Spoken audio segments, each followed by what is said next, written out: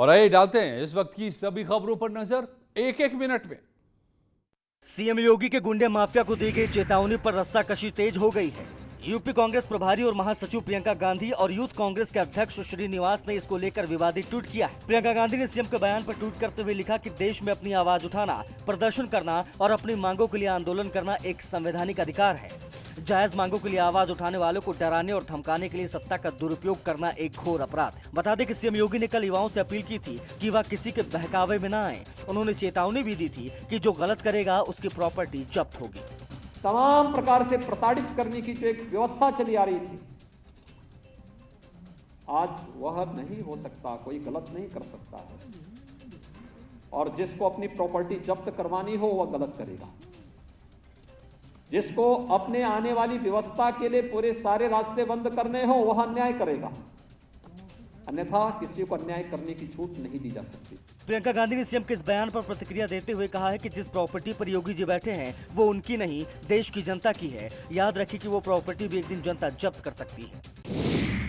उत्तर प्रदेश में अगले साल होने वाले विधानसभा चुनाव के लिए सियासी घमासान तेज हो चला है। चुनावी मुद्दों को लेकर जनता के बीच पहुंच रहे राजनीतिक दल सरकार को घेरने में पीछे नहीं है। और इसी कड़ी में सुहेल देव, भारतीय समाज पार्टी के अध्यक्ष और यूपी के पूर्व कैबिनेट मंत्री ओम प्रकाश राजभर ने मुख्यमंत्री योगी आदित्यनाथ पर आज हमला बोला। अपराधियों को योगी की चेतावनी पर ओम प्रकाश राजभर ने पलटवार किया। उन्होंने आरोप लगाया कि मुख्यमंत्री युवाओं को डराने की कोशिश कर रहे हैं, उनकी प्रॉपर्टी जब्त करने की धमकी दी जा रही है। राजभर ने पहले ट्वीट के जरिए निशाना साधा, फिर मीडिया से मुखातिब होकर भी सरकार को घेरा।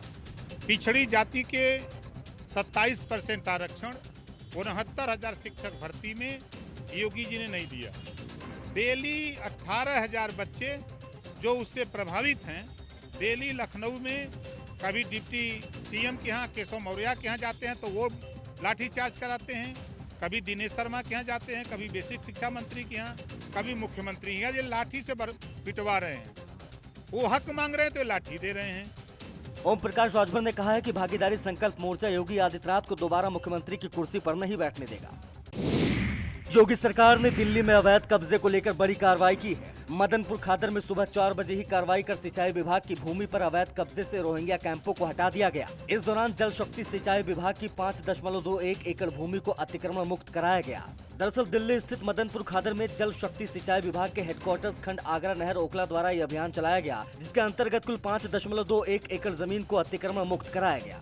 मंत्री महेंद्र सिंह ने न्यूज 18 से बात करते हुए कहा कि रोहिंग्या देश की सुरक्षा के लिए बड़ा खतरा है। सिंचाई विभाग के जमीन पर उनका कब्जा था, लेकिन पूरी टीम लगाकर जगह खाली करा ली गई। महेंद्र सिंह ने दिल्ली की केजरीवाल सरकार पर रोहिंग्या को संरक्षण देने का आरोप भी लगाया। देखिए, पिछले कई वर्षों से ये लोग कब्जा किए हैं, बहुत सारे अवैध कब्जेदार वहाँ पर थे। हमने जब से इसका कार्यभार संभाला, माननीय मुख्यमंत्री जी के निर्देशानुसार अवैध कब्जे को हटाने का एक अभियान चल रहा है। इसके पहले भी बुलडोजर चला था, बहुत सारी ज़मीन को हम लोगों ने खाली कराया था। लेकिन रोहिंग्या को जिस तरीके से दिल्ली की सरकार समर्थन करती है और वहाँ का विधायक समर्थन करता है, आकर के खड़े होकर के रोहिंग्या के पक्ष में लड़ने के लिए तैयार थे।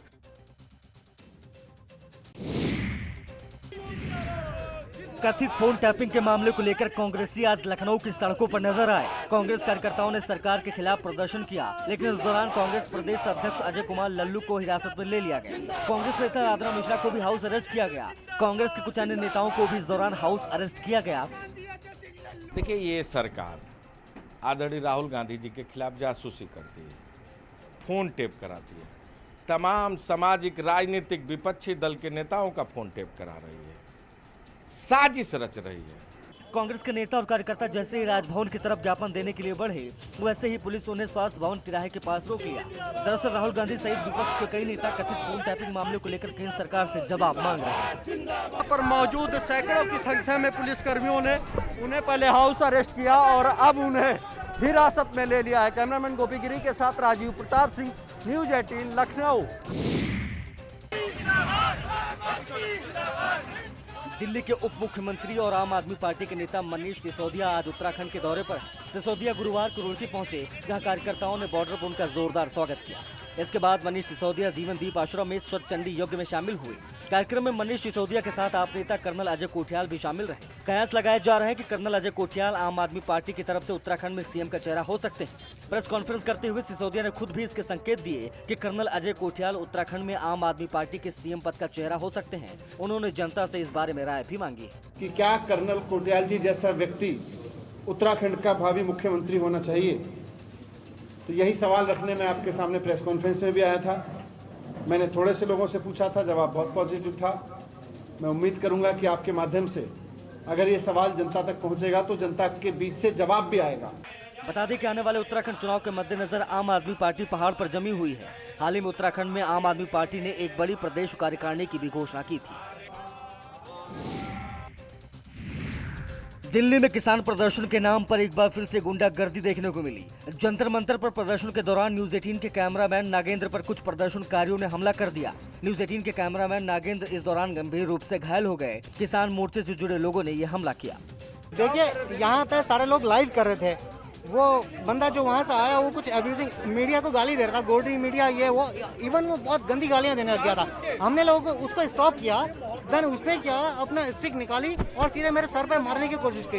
मैंने अपने आप को प्रोटेक्ट किया तो सारा मैं इंजर्ड हो गया। यही चोट मेरे सर पे लगती तो शायद यहाँ पूरा फट चुका होता। मीडिया कवरेज के दौरान कैमरामैन से मारपीट की गई। उधर बीजेपी के IT सेल के हेड अमित मालवीय ने मीडिया पर हुए हमले की निंदा की। उन्होंने किसानों के प्रदर्शन पर सवाल उठाया। उन्होंने ट्वीट किया और ट्वीट में लिखा कि मीडिया को निशाना बनाना गलत है। ये किसानों का कैसा विरोध है? मीडिया को निशाना बनाना, लाल किले में तोड़फोड़ करना, राजधानी की सड़कें रोकना, ऐसे समय में सीमाओं को अवरुद्ध करना जब बुआई और कटाई का मौसम चरम पर है।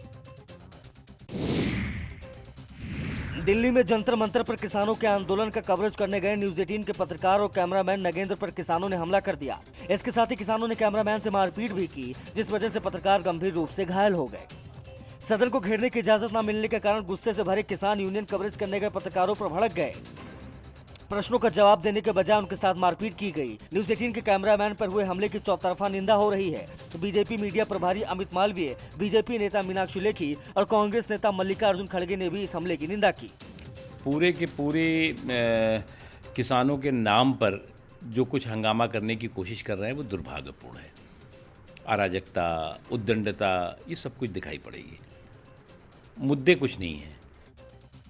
बता दें कि दिल्ली सरकार ने किसानों को आंदोलन की शर्त के साथ मंजूरी दी है। ये परमिशन 22 जुलाई से लेकर 9 अगस्त तक है।